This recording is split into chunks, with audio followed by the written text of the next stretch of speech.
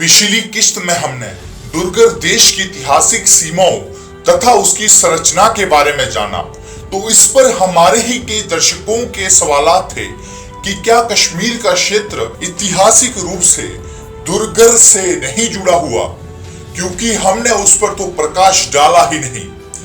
उस पर रोशनी न डालने के पीछे हमारा एक विशेष कारण था, क्योंकि हम इसे बेहतरीन तरीके से पेश करना चाहते थे।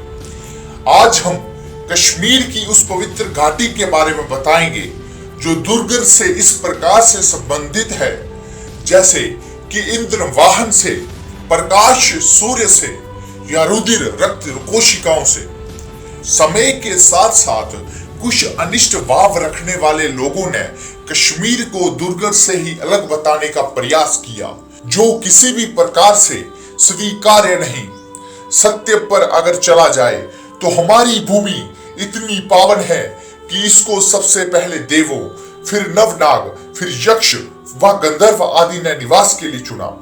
कश्मीर का इतिहास दुर्गर से पृथक हो ही नहीं सकता। इसका प्रमाण हमें नीलमत पुराण से मिलता है, जो कि कश्मीर के इतिहास के मुख्य स्रोतों में से एक है। वैश्वत मनवंतर की शुरुआत तक कश्मीर के 6 योजन लंबे तथा 3 योजन चौड़े क्षेत्र में एक विशाल झील हुआ करती और इस क्षेत्र को सती देश कहा जाता था, क्योंकि ये देवी सती का ही रूप है जिसे देवों ने ख्याति प्रदान की थी, क्योंकि वो यहीं वास व विचरण करते। नीलमत के अनुसार जिस समय गरुड़ और नागों में दुश्मनी हुई तो नागों की रक्षा के लिए विचलित नागराज वासुकी भगवान विष्णु के पास आए, तो जनार्दन ने उन्हें सती देश में ही शरण लेने को कहा और नीलनाग को वहां का राजा घोषित किया।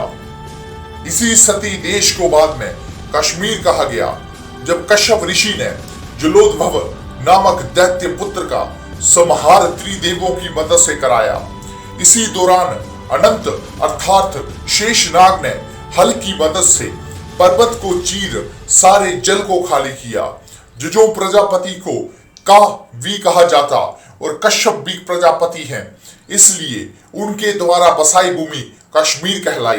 साथ ही का जल को भी कहा जाता है और सती देश से जल का निकास अनंत अर्थात शेष दोबारा किया गया, इसलिए भी इस भूमि का नाम कश्मीर हुआ।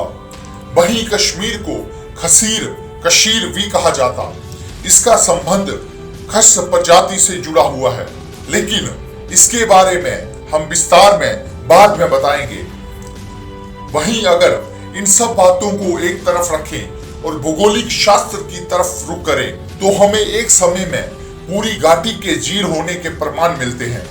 भूवैज्ञानिक कहते हैं प्लेइस्टोसिन काल अर्थात अत्यंत नूतन युग, जो कि आज से 2.6 मिलियन वर्ष से 11,700 वर्ष पूर्व कहा जा सकता।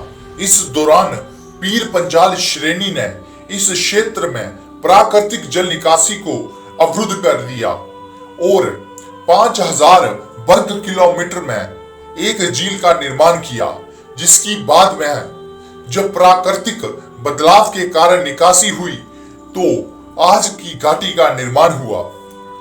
वहीं उस झील के खाली होने के बाद जो मनुष्य वहां बसे, उनका संबंध सांकेतिक रूप से नीलमत में आमतौर पर दार्ब अभिसार से मालूम होता है और दार्ब अभिसार आज का जम्मू, पुंछ, राजौरी आदि का क्षेत्र कहा जा सकता।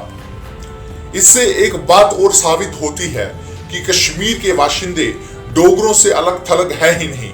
जहां तक कि इस बात पर मोहर लगाता है अमेरिका की university of Utah school of medicine और कश्मीर के शेरे Kashmir institute of medical sciences के द्वारा संयुक्त रूप से करा हुआ एक डीएनए शोध, जिससे ये पता चलता है कश्मीर के बाशिंदे असल में अपने आसपास रहने वाले बाशिंदों से ही जुड़े हैं। बाकी इतिहास को भी नजर में रखा जाए तो भी कश्मीर पर शुरुआती राज करने वाले राजा डोगरों से ही संबंधित थे।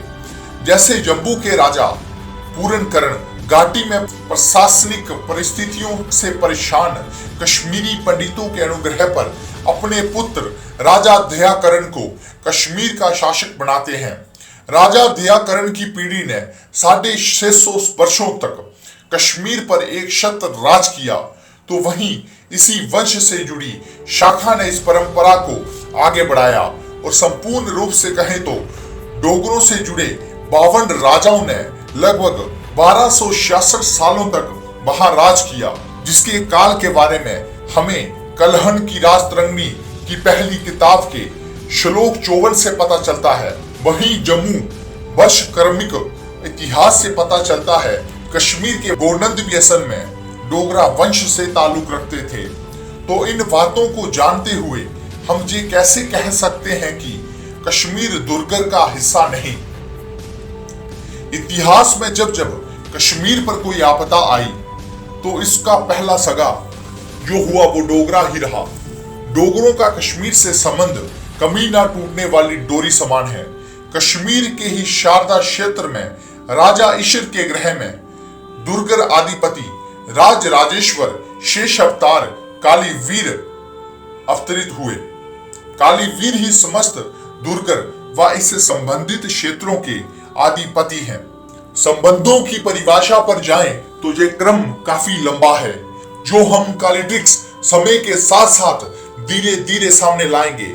उससे पहले हम दुर्गर से जुड़े कुछ अन्य क्षेत्रों के रहस्यों से पर्दा उठाएंगे, जिसे जानने के लिए आप हमसे जुड़े रहें और अगली कड़ी का इंतजार करें।